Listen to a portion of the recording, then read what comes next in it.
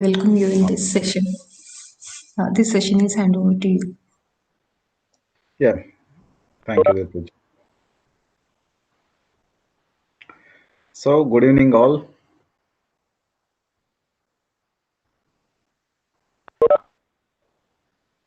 So yesterday, we were discussing about linear transformation. Our starting point was a vector space is defined, and not much is happening in a vector space. So we start to define function on that. Things which work on the elements of vector space, and then from there the action starts. So we said that we don't want to define any.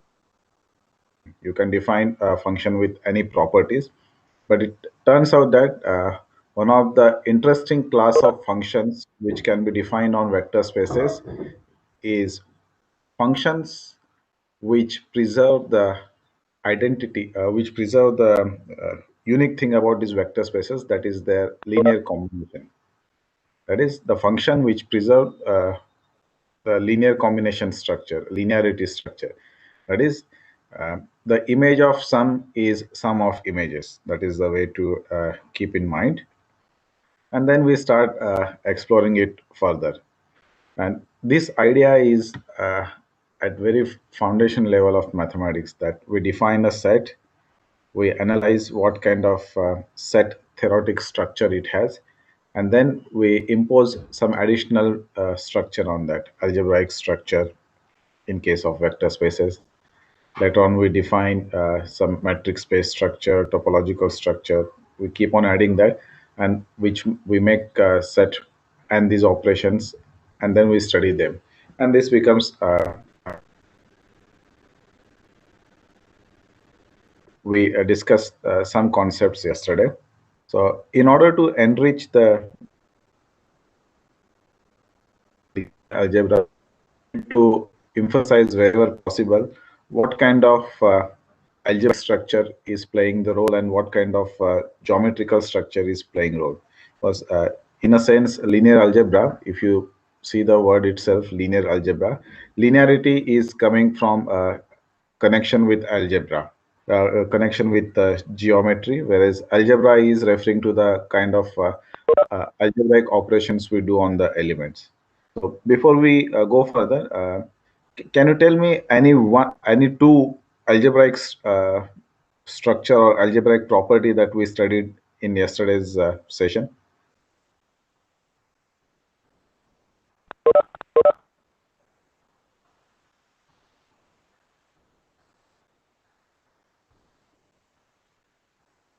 Any two algebraic structures or the algebraic aspects that we studied yesterday? Yes, addition in vector space and the scalar multiplication. Yes. Anything else? Commutativity. Yes. Commutativity is another algebraic structure that we explored. W is a ring. What aspect of ring you are talking here? So the space of all linear transformation from a vector space V to W. Yeah, right. And can you also list some geometrical properties that we studied yesterday?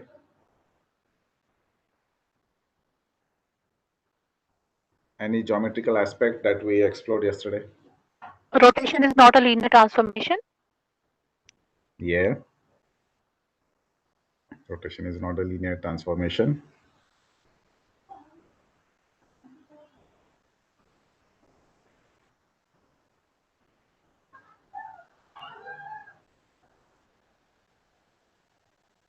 Else?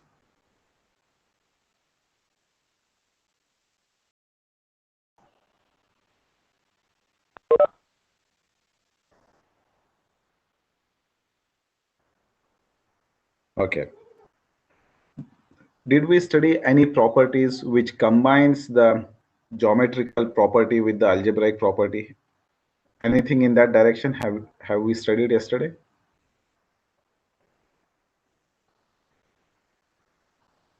Yes, rank space and null space. Rank space and null space. Yeah, this rank nullity theorem is basically a combination Yeah. of both the cases. Yeah, where we are trying to combine different aspects together. So today's session will be deeper continuation in the same direction. And whenever you teach linear algebra, you should also emphasize that where the dimensionality is important and where it is not important. It's not true that for all the cases finite dimensionness is important. Let me share application window.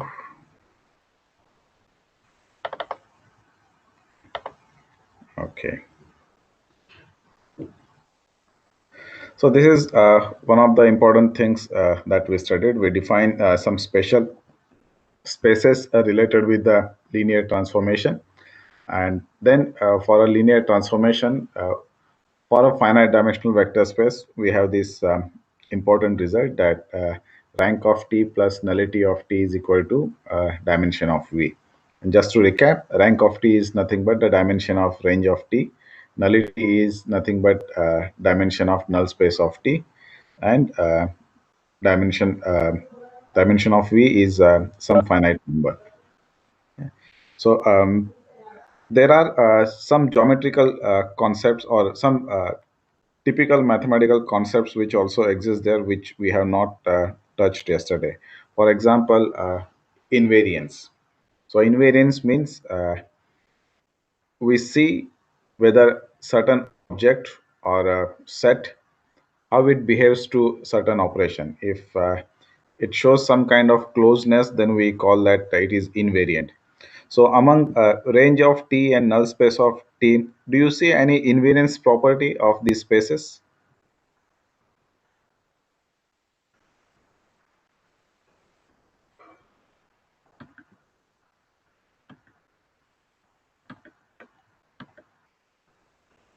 Yeah.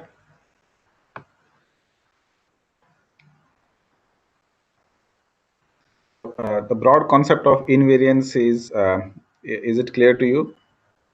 Invariance means suppose you have given a set and certain operation. You take the element and operation on that, and then see that you are still in the same set. You are leaving the set. If you are in the set, then we say that that set is closed with respect to that operation.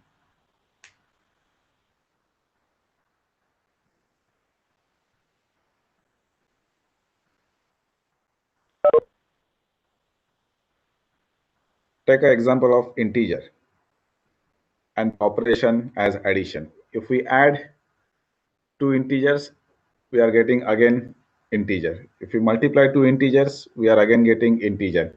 But if we divide two integers, we may or may not get an integer. So it means that the set of integers is not closed with respect to division. So do we see any such algebraic property that some space is closed with respect to certain operation or not? Nullity of T is invariant under T because Yes. Yes. Yeah. So if I take any element in null space of T and apply T on that, then I'm not going out of that space. But this statement needs to be made precise. It is not a precise because you see null space of T is a subset of V. Whereas when I apply T on that, I'm getting element in W. So n of T is invariant. This is not a very precise statement. Just it requires some small minor repair. What is that? if the linear transformation is from a same V to V is from the same set, then it Yeah. will be. Yeah. Yeah. So others, is this point clear to you? Yes, sir. Yeah. So when a linear transformation is from V to V, we use some special word. We call it as linear operator. Operator. Yeah. When T is a linear operator from V to V, and then null space of T is basically invariant with respect to that. Okay. So this is interesting. So what is a question we can ask ourselves here?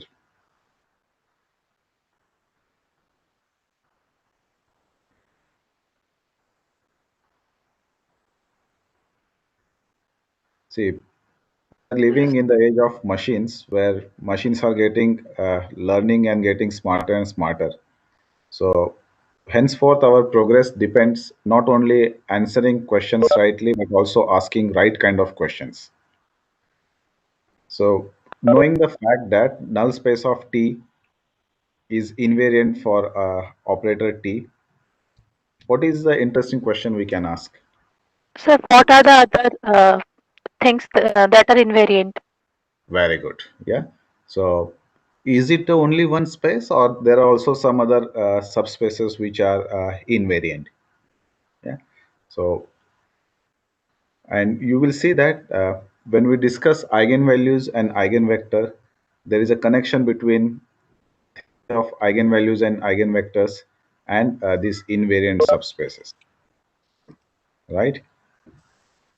So later on when we discuss again, we elaborate on this point. So let's quickly convince ourselves that this makes sense. Let T be a linear operator from P4 to P2, given as T acting on P is nothing but second derivative of P. In this case, P4 is span of standard basis 1x, x square, x cube, x to the power 4. Its dimension is 5.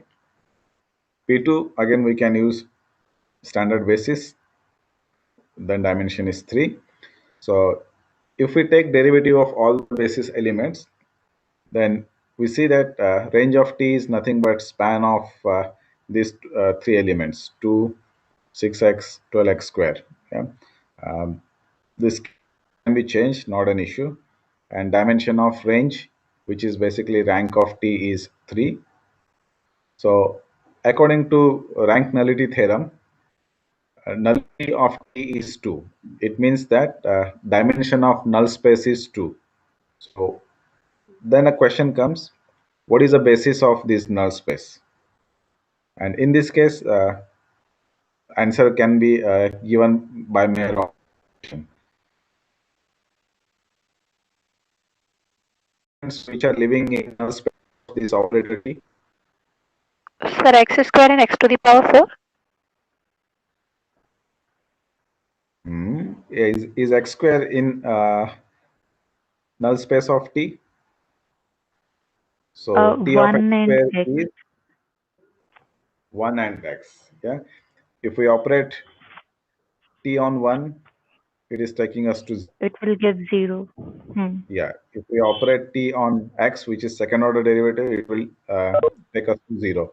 So null space is basically span of 1 and x, set of all functions which are linear combination of 1 and x live in the null space of T, and its dimension of 2. So this makes sense perfectly. Yeah. So let us ask ourselves, this rank nullity theorem is also applicable for infinite dimensional space. So suppose V is a infinite dimensional space, then what about this rank of T and nullity of T? Can you think of example how this rank nullity theorem gets interpreted in infinite dimensional space?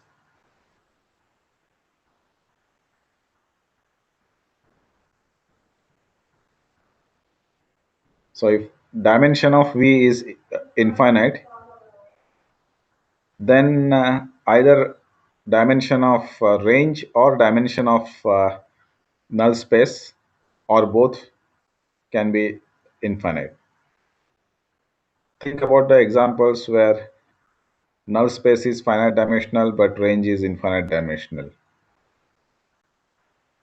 Can the other possibility happen that range is finite dimensional but null space is infinite dimensional?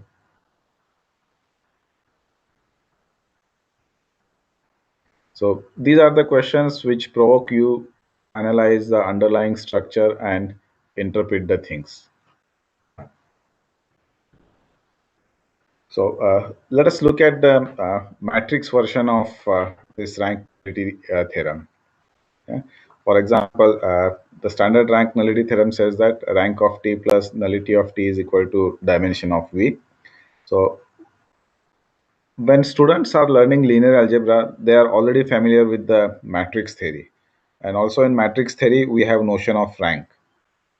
Yes, how the rank is defined, how rank of a matrix defined? The number of non-zero rows in after reducing the matrix in the echelon form. Okay, number of non-zero rows. Why cannot say number of non-zero columns? So same thing, yeah. Because I'm in echelon form, I'm used to doing the row Yeah. operation. That's why I'm just saying row here. Yeah, obviously. Yeah, I'm just poking to think in a different way. So does that mean row rank is same as column rank? Yes, sir. Always. Yeah. So it means that a rank is some special properties. You can look at the matrix in different ways, but you cannot manipulate the rank. Yeah. So the question comes: is that notion of rank of a matrix, is somehow related with rank of a linear transformation? Now, as a teacher, we know answer. What is the answer?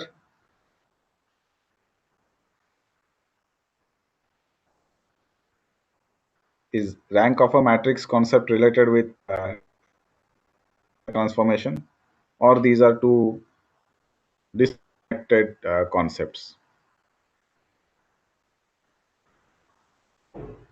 Indicates the number of independent vectors.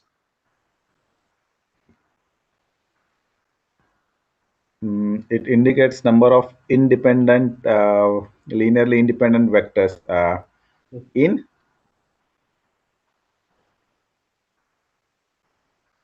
in which set? In the range space. In the range space. Yeah, we have to highlight this thing. Excuse me.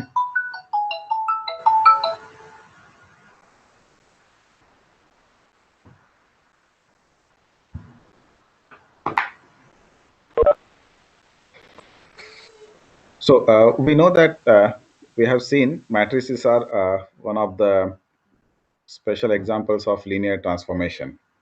And there, this notion of rank is mapped to column rank or row rank of matrix.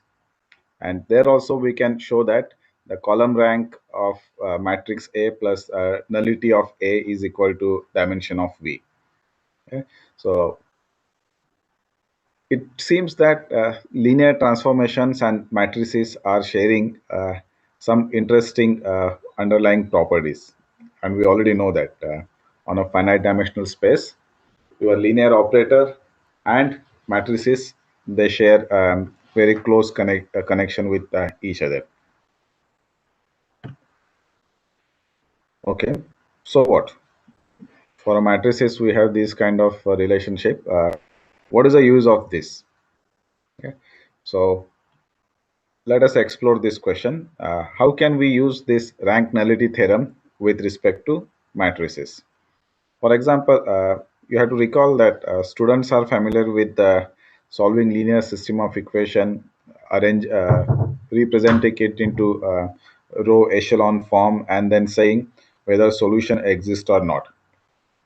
But in that conceptual setting, you need to first reduce the given matrix to its echelon form, and then you have to make the observation. So that is more of a algebraic approach. But if we know the nullity of a matrix, then by using this rank nullity theorem, we can say whether the linear system AX is equal to B is consistent or not. What is mean by system being consistent? It's having a solution. Okay, having one solution or more than one? Sir, if one solution exists, then system is consistent. At least one. Yeah. Yeah. So, for example, suppose I have a system of 20 equations in 22 unknowns. So it's basically A is a mapping from R22 to R20. And suppose the nullity of is 2. And then the question is whether such system will have solution or no. So we have not given the explicit representation of matrix. So I cannot use my theory of reducing the matrix to its echelon form and then doing that. So I have to use some logical argument. And of course, here the basis is rank nullity theorem. For example, let's look at the rank of matrix A. So according to rank nullity theorem, rank of matrix A should be dimension of domain, which is R22. So its dimension is 22 minus nullity of A. Nullity of A is given as 2. So rank of A is 20. So it means that dimension of my range space is 20. And what is the uh, image space here? R20. The only subspace of R20 which has dimension 20 is it itself. So it means that my entire domain R20 is my image set. So it means that for every vector in R20, I can find a linear combination of columns of matrix A. So it means that my linear system is consistent. In this case, I did not deal with the actually reducing the matrix A into its echelon form. But of course, it requires that you need to know the nullity of matrix. Then comes this important concept of matrix representation of a linear transformation. Yeah. So this is a very important concept, especially for those who will be working in signals and system. You will did you have the guest lecture by Dr. Bhatnagar on image processing and signal processing? Sir, done by Dr. Pankaj Yadav. Okay, so Bhatnagar sir will talk about signal processing and image processing. So there you will see that this matrix representation of linear transformation plays very important role. Yeah. The reason is that we can store matrices very efficiently on computers and then we can manipulate them. So this is a very important concept. I'm quite sure that you all are familiar with this thing. So I don't want to give too much emphasis on actual derivation, but I want to emphasize on what kind of algebraic structure, geometrical structure, and linear algebra interesting is happening in this setting. So what we do is that we take element V in the domain, and since we know that it has an ordered basis V1, V2, Vn, we represent it as a linear combination. So once, what is the difference between basis and order basis?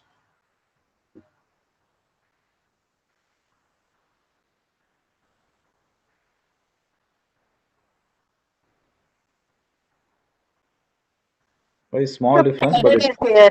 Yeah, some numbering we can give to the basis element. yeah. So far we were talking only about the basis set. It means that you can arrange elements any way you want. It can be V1, V2, Vn, or V2, V1, Vn, or any other combination. But in case of order basis, we fix some order.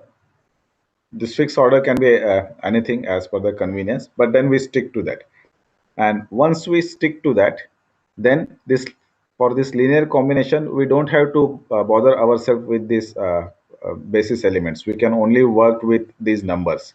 Yeah, C1, C2, Cn. So the numerical representation of this vector B vector with respect to basis B is set of this ordered set of scalars C1, C2, Cn. So all this argument is basically in the setting of linear algebra, but at the back side, what we are doing is that we are talking about Rn. For example, in case of R3, generally we take I, J, K as unit basis elements in X, Y, Z direction. So we don't say that 2I plus 3J minus 4K. We only say 2, 3 minus 4. And we can locate a point in R3. So it means we are basically detaching ourselves with the underlying basis and just we are representing these numbers. So it's also important that we prefer to have as many as zeros in this numerical representation. It means that there exists some optimal basis. That is where all this signal processing thing starts. So applying t and using its linearity, we get this equation 1. And each of this t of v1 is in basis. So we can represent t of v1 as a linear combination of these elements. Let's call them as a11 w1, a21 w2 till am1 wm. We can do same thing for other elements, and as a result we get this arrangement. Now we can organize this thing in a compact form by using matrix notation. This you have already seen that. So writing this in a matrix form directly, we can write it in slightly different way. This T of V, which is nothing but the coordinates of T of V with respect to B, it's nothing but this linear combination. Now, this is the structure where you are seeing linear algebra coming into the picture. On the right hand side, here you are seeing the coordinates, which is basically a feature of geometry. And whereas on the right hand side, you are seeing the linear combination, which is the algebraic property. And this equation, if you observe carefully, it is showing the interplay between geometry and algebra. Let me pause here for a moment. Think about this statement, that this representation is basically hinting the interplay between geometry and algebra.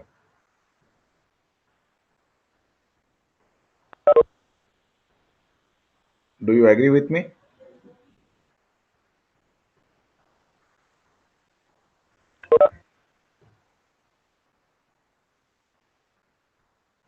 So because we are using some algebraic properties over vectors.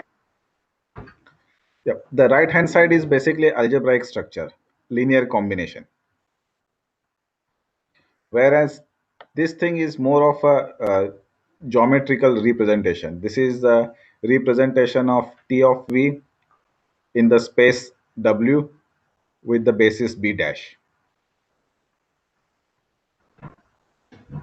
Right. So here we are looking it in terms of as a point. Right. It said that it was Descartes who saw who is supposed to be a founder of coordinate geometry. Yeah. He was just lying and looking at the ceiling of his room. He saw that a fly was going from here and there, and he was trying to trace its trajectory. And then he found that at every point in R3, if he gives some coordinates, then and connect these coordinates, it basically gives the trajectory of fly. And then he realized that I can represent every point in R3 as a vector. And if I add this vector, it will also give the trajectories. So there is a relationship between R3 as a geometrical object and R3 as an algebraic structure. And that's what we do in coordinate geometry, right? And linear algebra is basically a finite dimensional generalization of coordinate geometry. That is what happening here. So the same thing in further compact notation is written in terms of matrices. Yeah?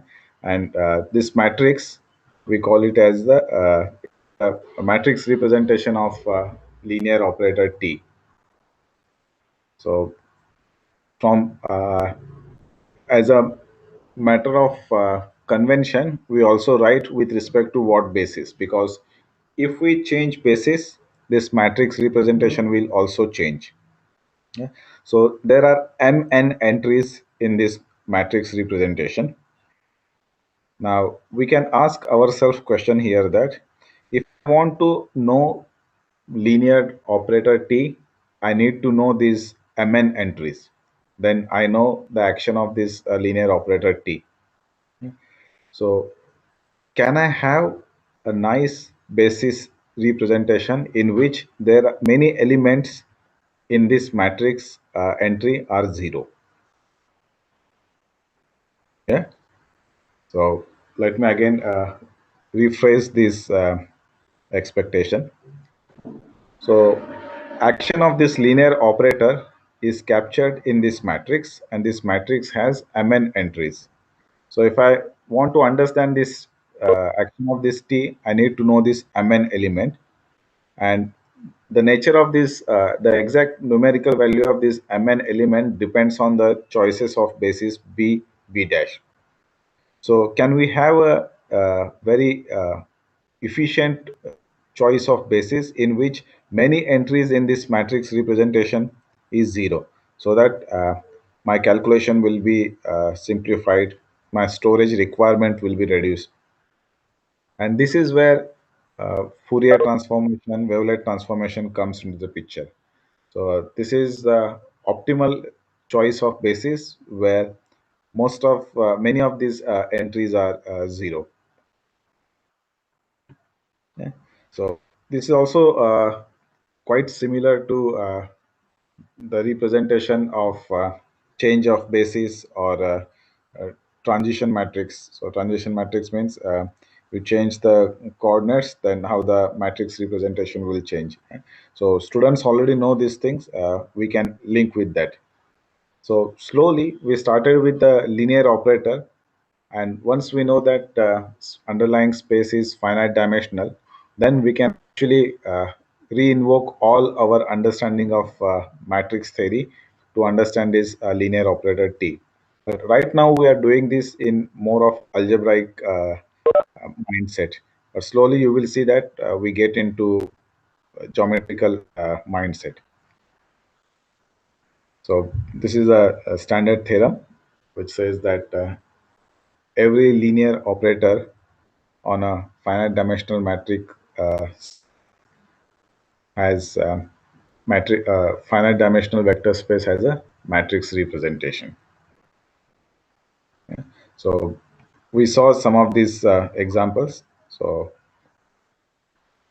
okay, in this example, you see that I am operating T on the basis. What is the motivation behind this? Why it is enough to operate T on the basis elements? So All the because other other elements will be elements, a linear combination of yes. basis elements. Sir? Yes. Yeah. So here we are crucially using the linearity of transformation T. So if it is linear, then it is enough to know the action of T on these basis elements. Then we can recover action on any element by using the linearity concept.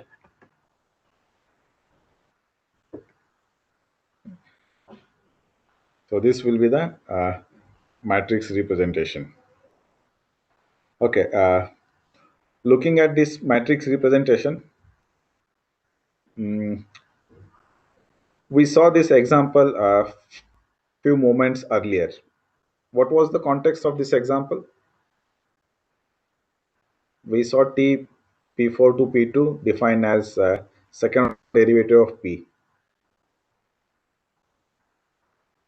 In what context we discussed this example few moments ago? Rank and nullity. Yeah. So there we'd argued in an algebraic setting Now look at this matrix representation of T. Whether those arguments make sense when we look at this T. Yes, sir. Okay, can you please explain how? Sir, here rank is 3. Rank of this matrix is 3. Well, all the rows are non-zero, so 3. Okay, Yes. and you see that the first 2 column entries are 0. Yes. So that is why null space has dimension 2. 2. Yeah, and this example again confirms that row rank is same as column rank. So this is what we were expecting it. Yeah. So you see that from this matrix representation also we can verify rank nullity theorem. 2 is the nullity of the operator, 3 is the rank, and the dimension of domain is 5. Yeah, so these results make sense. During tutorial also we solved this example. Okay. So now let's come back to the question that we asked. That we saw that when T is a operator, that is T is a linear operator, that is T is a linear transformation from V to V, then we can we know that null space of T is invariant, and we ask the question that are there any other spaces which are invariant? And that question leads to this interesting concept of eigenvalues and eigenfunctions. So let me share those slides with you.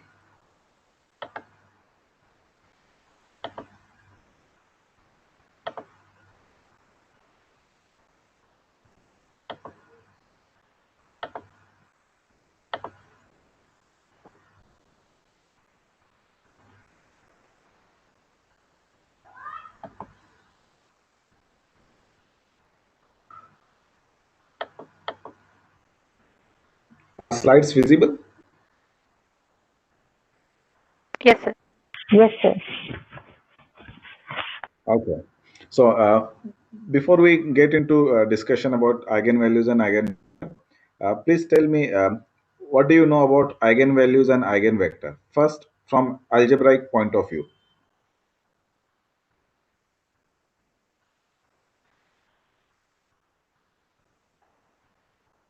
So at this moment, we that students are familiar with this concept from matrix theory.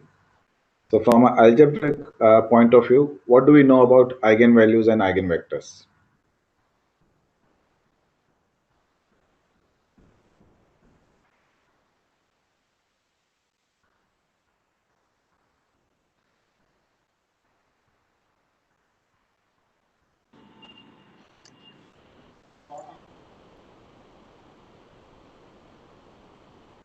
Any thoughts on Hello. this? Yeah. A element from the field is called eigenvalue if there exists there is a vector v in the domain v if tv is equals to alpha v. Alpha is that element in field. Okay. So that is a definition. Yes. But, what algebraic algebra related properties of eigenvalues and eigenvectors do we know?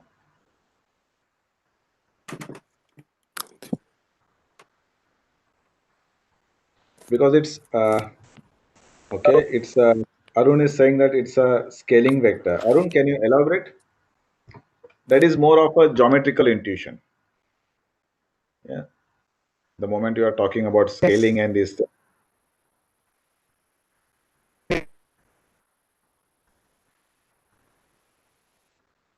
Yeah.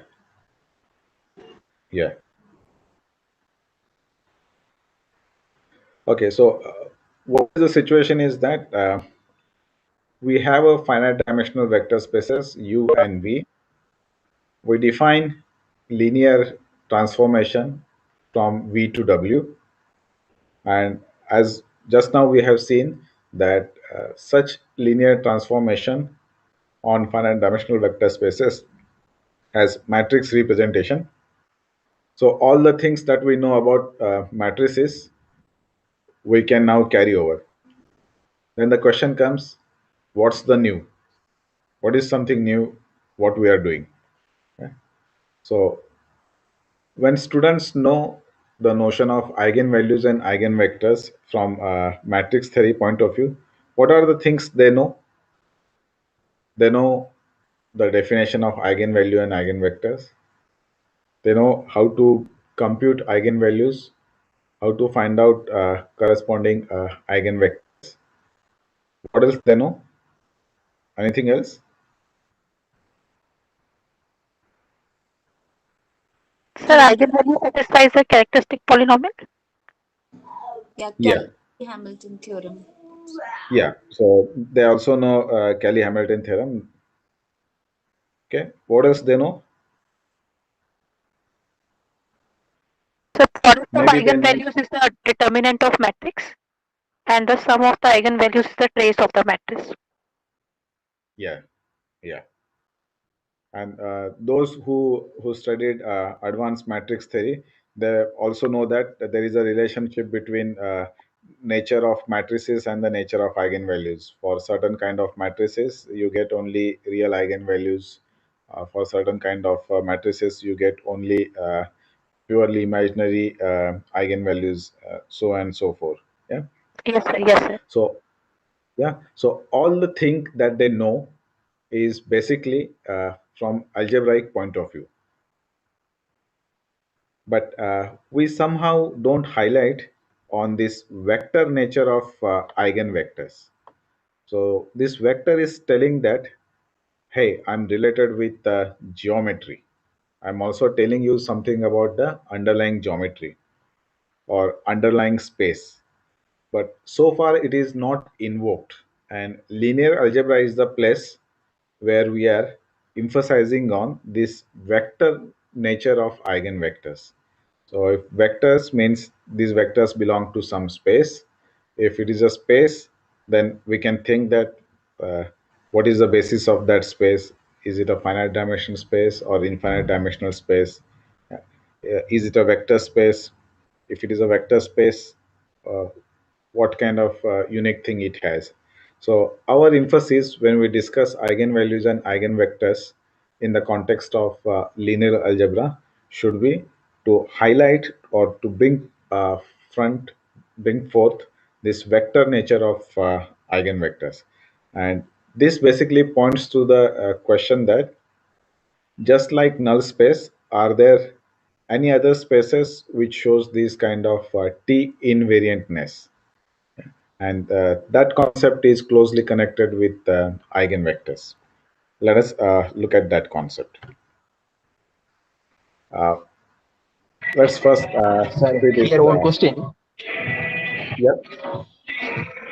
Do we describe do we derive eigenvalues from eigenvector or from eigenvector to eigenvalues? Okay.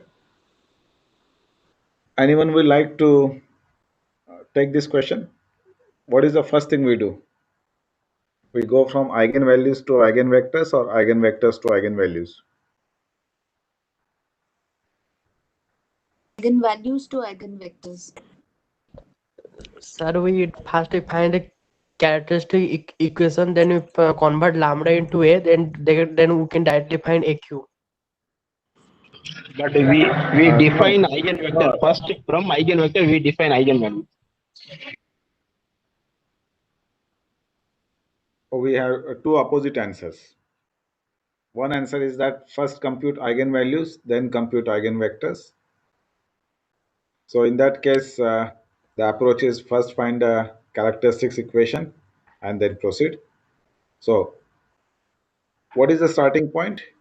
If we are finding eigenvalues first, then our starting point is From a given matrix, write its characteristics equation. Solve Sir, it. we just use formula a square minus sum of main diagonal plus determinant of matrix is equal to 0. Yeah, that works well for 2 cross 2 matrix. But what about n cross n, or even say 3 cross 3? Is roots of characteristic polynomial. Yeah. There are some comments in. Yeah. So generally, we first find eigenvalues, and from that we find the eigenvectors. Yeah. Anyone knows how to find eigenvectors without finding eigenvalues? Sir, we can find the invariant one-dimensional spaces for the linear transformation, and so Yeah. directly we will get the eigenvectors first. Okay, so you are actually rephrasing the question. Yeah. Please say it again. This is a very interesting statement. I think that we can try to find the one-dimensional invariant subspaces of the vector space. Then we'll get the eigenvectors first. Then we can find the eigenvalue corresponding to it. Okay.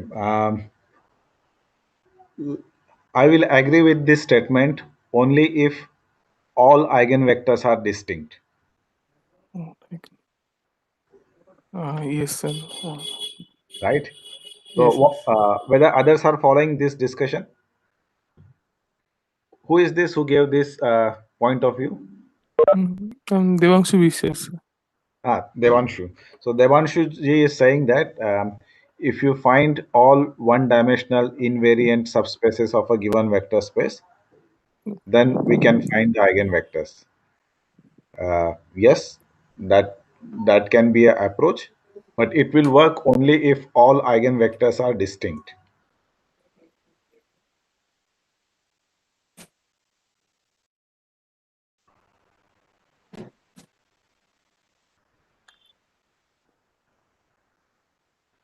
Yeah, try to think about this statement.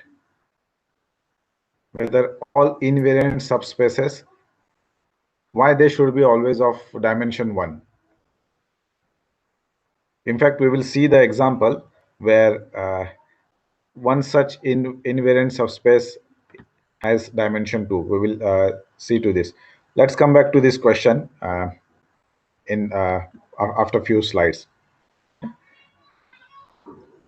Let's come to this question. Suppose I have this 2 cross 2 matrix A. I want to find A cube. So how do we find it? Simply multiply A 3 times. Any other way of finding A cube from this matrix? Using Cayley Hamilton. Finding characteristic polynomial. And then we can find. Okay, so who is this answering? Durai? Is Yes, Durai sir. ji answering this question? Yes. By Okay, Durai ji, then apply the same method to find A to the power 100. yes. Is Yes, we it can possible get. to apply?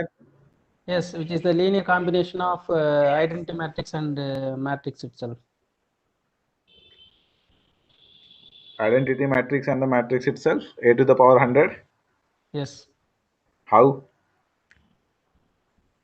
We can rearrange it, and when we use we cannot use the division rule here, but say characteristic polynomial, if you take a lambda power 100, when it divides by the characteristic polynomial, we get the quotient into divisor plus remainder. So the quotient times the divisor is totally 0 by the characteristic polynomial, and the remaining one is the linear combination of identity matrix and the A, because it is a 2 cross 2 matrix. Okay, agreed. It's possible to do that. Any other way of doing this? Sir, actually, I think first we find a square 804, then 8 was 5. Then we think the similarity is how we get 8 or 100. Just to guess it, and it is impossible to find 8 to the 100 power exact answer, I think. So we will see that we can do it in a clever way. Yeah. So again, the same thing. Yeah. So suppose if this A is a diagonal matrix, then can you find A to the power 100? Easily we can find, sir. Yes, sir. Easily. Yes. Yeah. Yes, So sir. the problem, the only problem is this nature of this A. If it is a diagonal matrix, we know that how to find it. It's just like finding a number to the power 100. Yeah. So this is where geometry picture comes into the picture. Yeah. So when we look at this A in a right choice of coordinates, then this A will change into a nicer form, and then we can do calculation on that nicer form, and then again come back to the original domain to do this. So this is the another popular trick in the bag of mathematician, that given problem is difficult to solve in the given circumstances. We ask ourselves, where is the difficulty? Under what condition we can solve it? If A is diagonal, I can solve this. So now the motivational question is that, can I reduce matrix A to equivalent diagonal form? Now this word equivalent is very important. Yeah, everything I want to do with A, I want to also get it done with its equivalent representation, and then do it. And this is where we can invoke the geometrical picture and then get that. We'll come back to this question later. Okay. So obviously, we cannot compute A to the power 100 by using matrix multiplication. No, that's not the way to do it. There is a better way to do that, and that's what we're going to explore. So first, let us combine this concept of matrices and a vectors. Yeah. So A is a linear transformation given by a matrix, and it is acting on a vector. So what is the action of a matrix on a vector? It will give me a vector, right? And in a broader context, vector has a magnitude and direction. And when this matrix acts on this vector, it may change its magnitude and direction. So far we are not equipped to talk about these directions, because that requires the notion of angle, and we have not defined this notion of angle. What is the structure we need to define the notion of angle?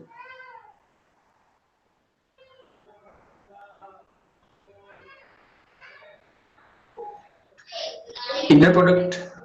Inner product. And what is the structure we require to define magnitude?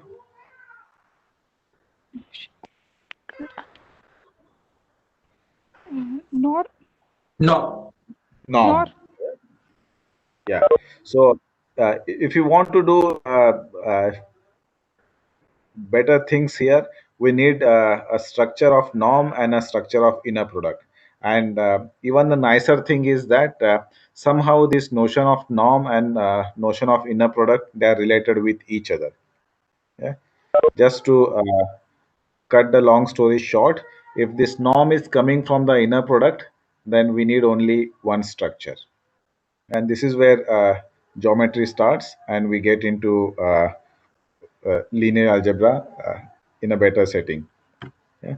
So let us take a special case of it. So what can be a special case of this operation, matrix acting on a vector? Scalar Arun, product. Scalar product. It change only magnitude, no direction. Arun also commented this. So there is some kind of scaling. It is only changing the magnitude, but not the direction. Perhaps direction is only the flipping. That is most boring change of direction. Instead of going up, it is going down. Yeah. So one can always say that I am going up in the negative direction. That is fine. So this is the special case where there is only change in the magnitude, but no change in the direction. And such special vectors, they are called as eigenvector. This eigen is a German word. It means characteristics, something which is very unique. Eigenschaften. It means very personal properties. Yeah, and these are very special vectors, which are called as eigenvectors of that matrix. So now we are going to see that how these matrix, eigenvalue, eigenvectors, they are related with the linear transformation on a finite dimensional vector space. So let us interpret these eigenvectors in terms of linear transformation. So in terms of how can we reinterpret this information in terms of linear transformation? Well, these are the vectors which are maintaining their directions when they undergo linear transformation. Yeah, so that is the interpretation in terms of linear transformations, and they are very important. Their origin is in classical mechanics and quantum mechanics. Yesterday, I hinted that in the matrix version of quantum mechanics, we use matrix theory extensively, where eigen and eigenvectors have very important physical significance. Uh, this also comes in connection with solution of a homogeneous linear system of differential equations with constant coefficient. Tomorrow, you will hear a talk on application of linear algebra in differential equation, and there you will get idea that how we are using these eigenvalues and eigenvectors.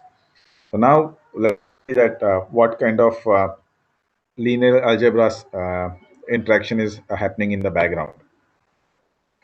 So this is the standard definition of eigenvalue and eigenvectors. If A is a n cross n matrix, then we call a number lambda as eigenvalue of A, provided there exists a non-zero vector x such that Ax is equal to lambda x. If x is equal to 0, obviously you can take any lambda you want.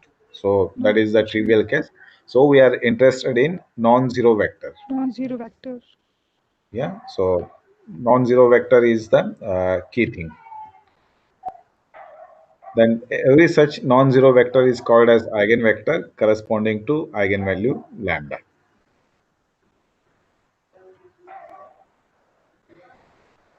So if x is the eigenvector of matrix A corresponding to value lambda, then so is any constant multiple of that. It means that these eigenvectors are unique up to a multiplicative scalar. And you can choose this scalar as per your convenience. Mostly in physics, some kind of normalization is used to decide the nature of this C.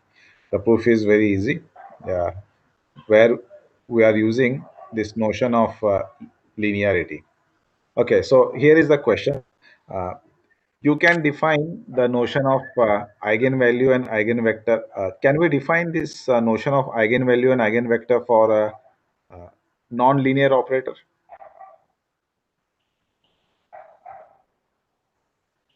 No, sir. No.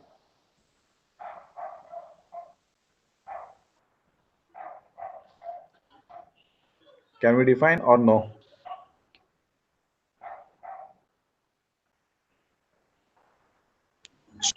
No, sir. Why? Why we cannot define? Because we want a scaling also, na magnitude. So if we are defining this concept for non-linear transformation, then they will change the direction as well as magnitude also. Yeah. Yeah. So you can define the equation Ax lambda x, but then if you change the scaling of x, then the result may change drastically. So in case of nonlinear things can change unexpectedly if you change your x by c times x, where c is even c, if you take c is equal to 0.9999. So in case of nonlinear, things are pretty different. So this thing holds true only for structures. And this is what students generally know, how to find eigenvalues and eigenvector. So it starts with basic definition, Ax is equal to lambda x. If this is true, it means Ax minus lambda A x is minus equal to lambda 0. is 0. Yeah. So then we basically define a new operator, A minus lambda I acting on x is equal to 0. Okay. So in terms of vector space operations, how can I interpret this equation?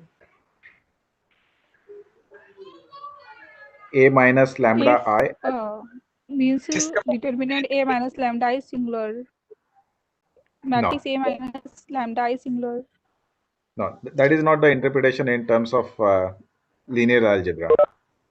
Homogeneous equation. Homogeneous equation. No.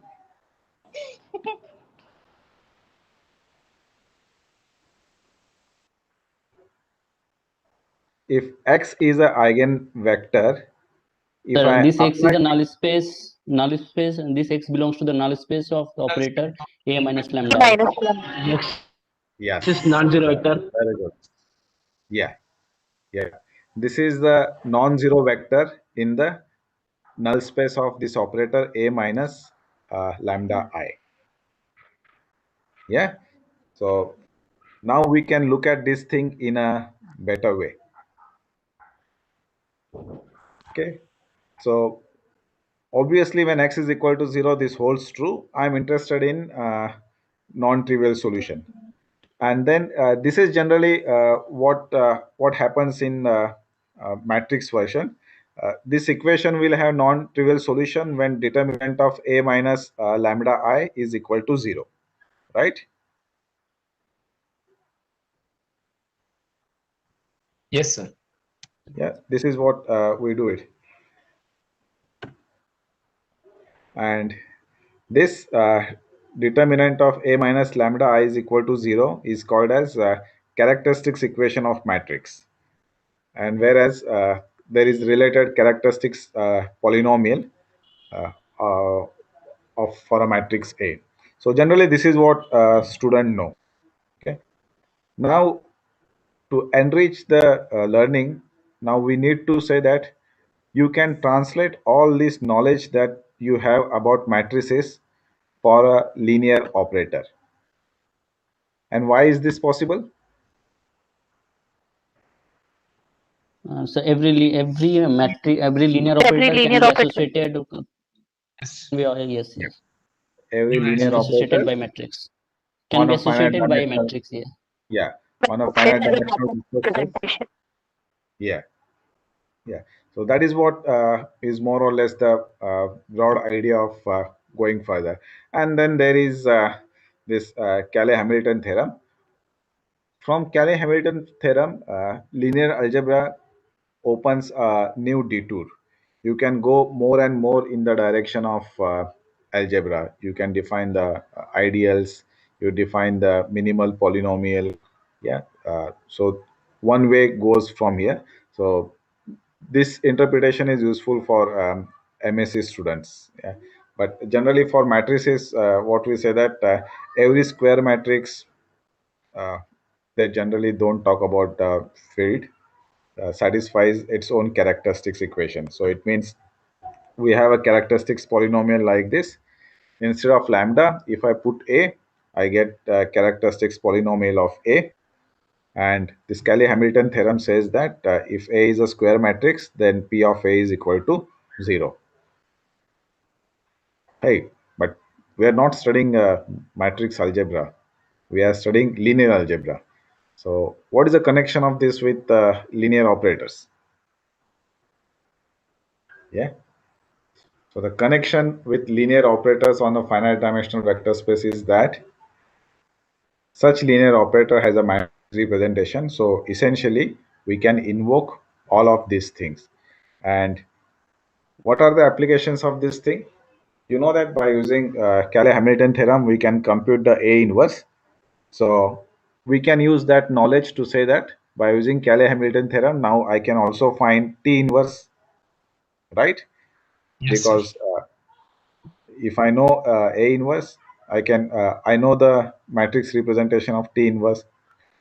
We can use it to compute the higher powers of A, that is T to the power n.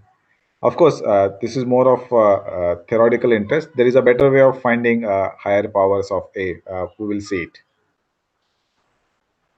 So all these things students know, and the first new thing they study is defining this Eigen space. The moment we have these vectors, let us collect all the vectors, eigenvectors corresponding to eigenvalue lambda. So let us collect all x belong to Fn. F can be R or C, such that Ax is equal to lambda x.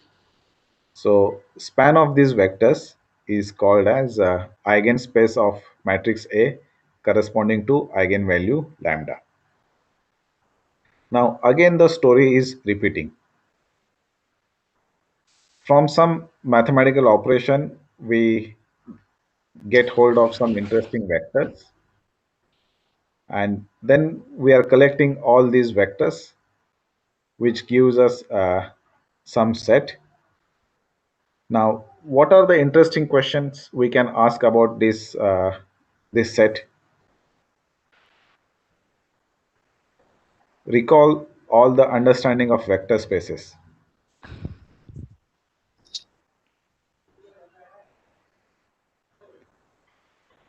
The moment you see this set, sum of two vectors, so sum of two eigenvectors is again eigenvector or not? Yes. Then And what is the related question to sum? Sir, scalar multiplication. Scalar If you multiplication. multiply eigenvector by a scalar, then Yeah. what is the So case? We can associate. how can we combine both of this property and ask just one question is it rather than subspace? asking? Say it Is again. it subspace? They satisfy linearity property. Yeah, it's a subspace. Linear combination of two eigenvectors is again an eigenvector. Yeah. We can make this question even interesting. This is definitely delicious, but we can make it even spicy. How?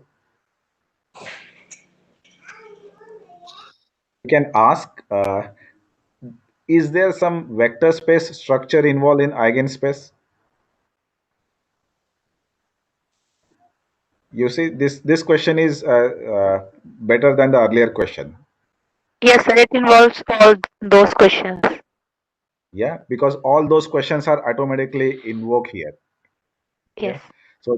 So this is very important that we need to train the minds to see the similarities or try to explore the patterns in some of the standard structures that we have studied and the structure under consideration. Yeah. And that requires asking very precise questions. Yeah. And it's always the iterative fashion. It's not that in the first instance itself we ask a precise question, but as we go further, we can make it more and more interesting. So we are asking ourselves the question here, whether this eigenspace has vector space structure. We'll explore that. Yeah. So one thing is sure that this V lambda is the collection of set of eigenvectors corresponding to A. But if I want to explore vector space structure to it, something I need to ensure that something is also there. What is that something? Zero. Yes. Yeah. I'm not bothered about defining the operations because these operations are directly coming from underlying space. But what we need to ensure that is there a zero vector? Yeah. Obviously, zero vector is not the eigenvector. We need to explicitly include it that there is also this zero vector. Yeah. And the claim is that this V lambda, it's a subspace of Fn. But we can also look at this question in slightly different way, that V lambda is the null space of matrix A minus lambda I. So my claim is that both of these statements are equivalent to each other. Am I right? Yes, sir. Yeah. But the second question is very interesting because in the second question, we are working at the higher intellectual level. Yeah. We are appreciating that V lambda, elements of V lambda are coming from the null space of certain matrix operation. Yeah. And we know that null space of a linear transformation is a subspace. So when we look at question 1, claim 1, from the point of view of claim 2, then it shows that the mind is looking at the question in a different point of view. And I don't have to give any proof for this statement because I'm using the statement that null space of a linear transformation is a subspace, right? So in the first thing, you need to show that linear combination of elements of V lambda also belongs to V lambda. There is also zero element. Yeah, lot of groundwork is involved in that. Whereas in the second case, I'm using the logical statement saying that I know that for a linear transformation, null space is a subspace. V lambda is a null space of this A minus lambda I, which is a linear transformation, hence proof. Yeah. So in the first case, the proof is algebraic, whereas in the second case, it is in the framework of linear algebra. Right? Here we are only bothered on focused more on V lambda, but here we are also knowing that we know the origin of elements of V lambda. So it's important that we should able to look at the same thing from a different perspective. One may be better than other. Yeah. Okay, the proof is very simple. Go with the definition of V lambda. It's just rearranging this condition Ax is equal to lambda x as A minus lambda I acting on x is equal to 0. And if you write this statement in words, then you get that V lambda is the null space of matrix A minus lambda I. Okay, so now we get hold of vector space. Then what are the interesting questions we can ask about this vector space? Again, it's the same story repeating. What is the thing that is on my mind?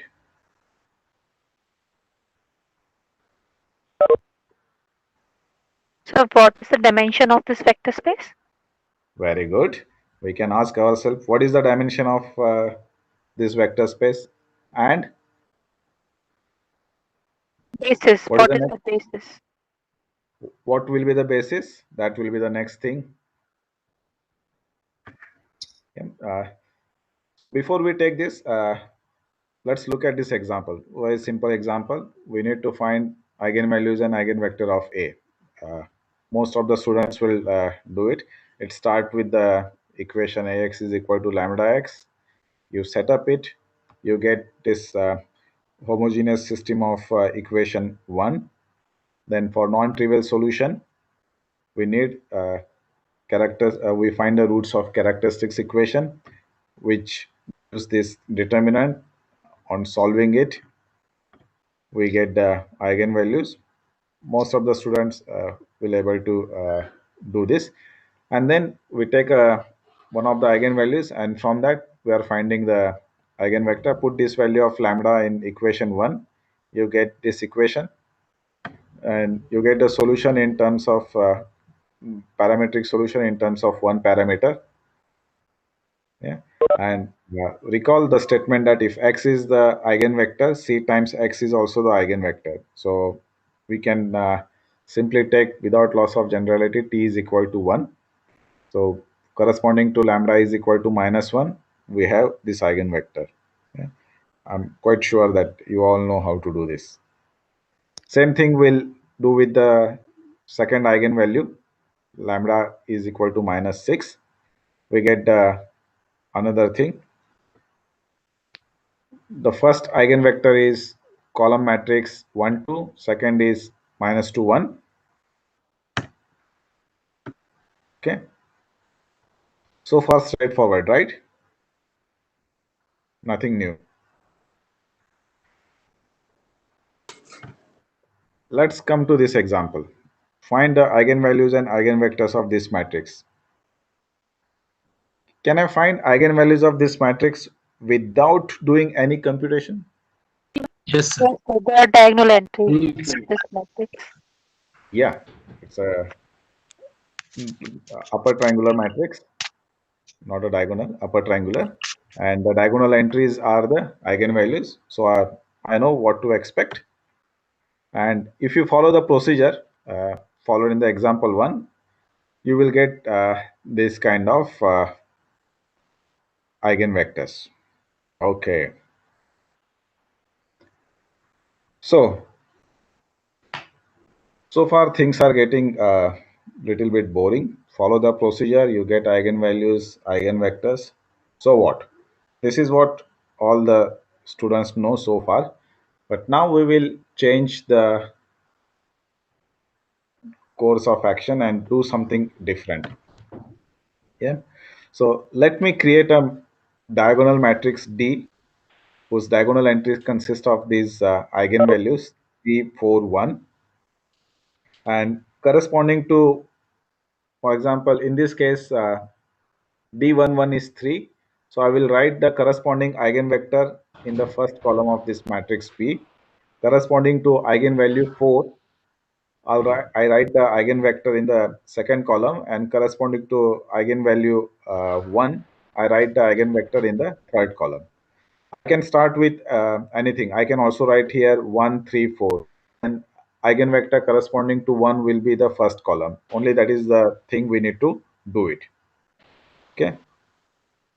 So why are we doing this? Well, there is a reason for that. Now check that if I multiply A into P, this is same as P into D. Or in the other way, A is equal to P D P inverse. And this is a very important concept for our subsequent discussion. So we call A, this is called as, this matrix D is called as a diagonalization of A. Yeah. You recall the first question I asked, that given a matrix A, I need to compute 100 power of that. It's very dirty work to do that. But if A would have been diagonal matrix, I can do it very easily. Yeah. So for this diagonal matrix, if I want to compute any power of this diagonal matrix, it is nothing but that power of diagonal entries. Very easy to do it. Yeah. But why it should be related with the certain power of matrix A? Now that is a very interesting question. Let us take up that question. So that brings us to the concept of similarity of matrices or similarity transformations. So if A and B are n cross n matrices, then we call the matrices are A is similar to B if there exists invertible matrix P such that A is equal to PB P inverse. Yeah. This P is an invertible matrix, and these two matrices are related with each other in this sense. Then we call them as similar matrices. And when this B is specifically a diagonal matrix, then we call A is diagonalizable. And this is a very important concept. especially later on when you study solving nonlinear system of differential equation. This is one of the interesting topic of mathematical research in the field of dynamical systems. Dynamical system basically study of solution of nonlinear differential equations, system of differential equations, which leads to interesting phenomena like chaos and fractals. So there it is very important to understand the structure of these matrices. Hopefully in tomorrow's session, you will get some idea about that. Yeah. And this diagonalization is basically carried out by using eigenvalues and eigenvector. But if you see the procedure, the way we introduce it, it's more of algebraic nature. What is happening geometrically? Yeah. So that is a very interesting question. Geometrically, basically, what is happening is that we are doing a kind of change of coordinates. Yeah. Matrix A, we are changing coordinates in such a way that it has a nice diagonal representation. And what is the choice of coordinates? It is given by these eigenvectors. So if I have set of vectors, it is natural to ask the question, can this set of vectors be a basis for a certain space? If that is the case, what is special thing about that space? All those questions we can ask. So let us look at this example.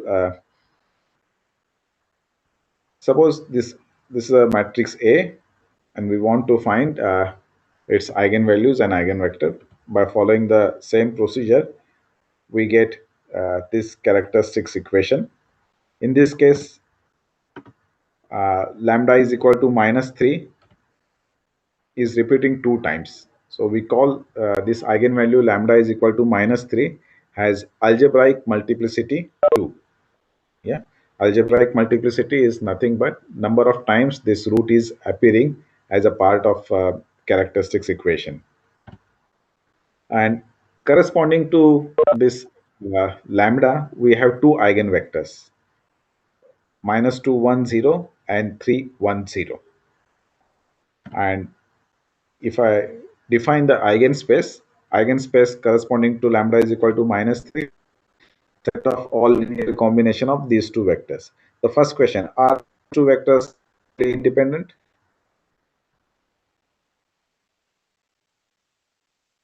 They are independent vectors. Yes, sir. And different. Yes, they are. Okay, why? What is the geometrical answer for this? They are different plane. They are in different plane. Yes, that is the second one is XZ plane. Yeah, that is the geometrical point of view. And what is the algebraic point of view?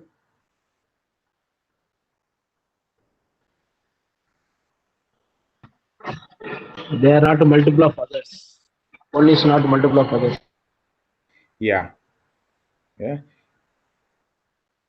So if you take the algebraic, if you take the, yeah. If you take the algebraic point of view of linear combination, then it involves some calculation. Then only you come to conclusion. But if you take the geometrical point of view, it's very intuitive. One vector is in xy plane, other vector in xz plane. You cannot express one by using other. You cannot get something out of nothing. Yeah. So you see that depending on our position of advantage, we can use either one viewpoint over other. And you see that both of these vectors are linearly independent. So the moment we talk about linear independence, it means they are acting as a basis for this v lambda -3, right? And what is the dimension of this vector space? 2. It will be 2. 2. Yeah, and this 2 is called as geometrical multiplicity of these eigenvalues. Now, again, you see very nice interpretation between algebraic point of view and geometric point of view. Corresponding to eigenvalue lambda is equal to 3. Once we are saying that it has algebraic multiplicity 2, when we are looking it as a part of characteristics equation which is coming from algebra. And when we look at the space and its dimension, then we are saying it has geometric multiplicity of 2. It's not necessary that algebraic multiplicity is always equal to geometric multiplicity. They can be different. Yeah. And when algebraic multiplicity is equal to geometric multiplicity, it leads to modification of notion of eigenvectors. Anyone knows what is this new version of eigenvectors? When Jordan algebraic canonical forms. Not exactly. It is going in that direction, but we cannot find eigenvectors. Generalized, But it's a generalized eigenvector, I think. Yes, you are right. Yeah, it leads to a new concept of generalized eigenvector. And by using this generalized eigenvector, as one of you rightly pointed out, this Jordan canonical form, that is very, very important concept which is coming up when we go from here. So far, whatever we are doing it's more on the familiar ground, but Jordan canonical form is the important thing, and it has a lot of important applications in the theory of dynamical systems. If you have some system, whether your system will stabilize around the equilibrium point, or it will, what kind of behavior it has around equilibrium point, all those questions are intimately connected with the Jordan canonical form of a given system. Yeah. So this basically gives us definition of algebraic multiplicity and geometrical multiplicity. Algebraic multiplicity of eigenvalue is nothing but the multiplicity of corresponding root of the characteristics equation.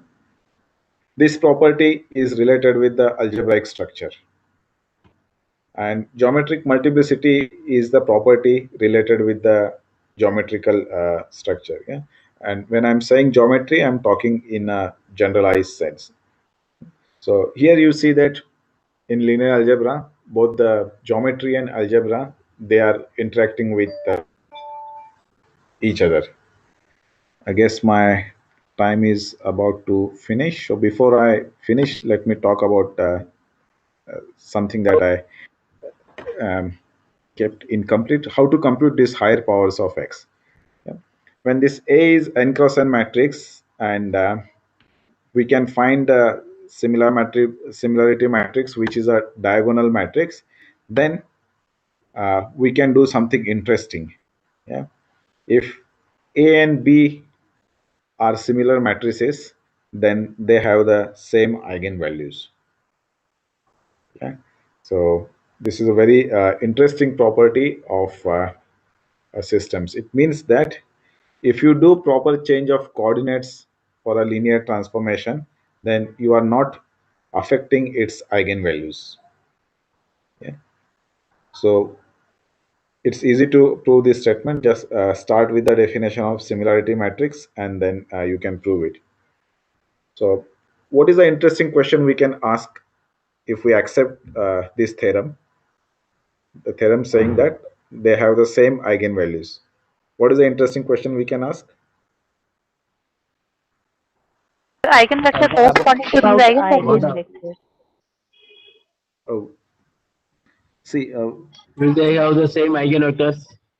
Yeah. Will they have the same characteristic polynomial? Yes. And what is your expectation? The characteristic polynomial is same for the similar matrices. And eigenvectors are different. May or may not be different, yeah. May, in fact, we will see that they won't be same. Yeah. Yes. If you do some calculation, you will see that matrix P is doing some changes in that. Yes. Yeah? But since they have the same eigenvalues, the characteristic polynomial is not changing. But when it comes to the space is different. Yeah?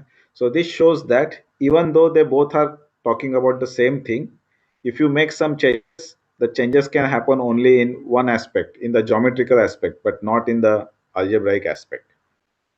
And this is very interesting. Sometimes if you make some changes, then it affects only part of it, but not the other part, which can be explored further.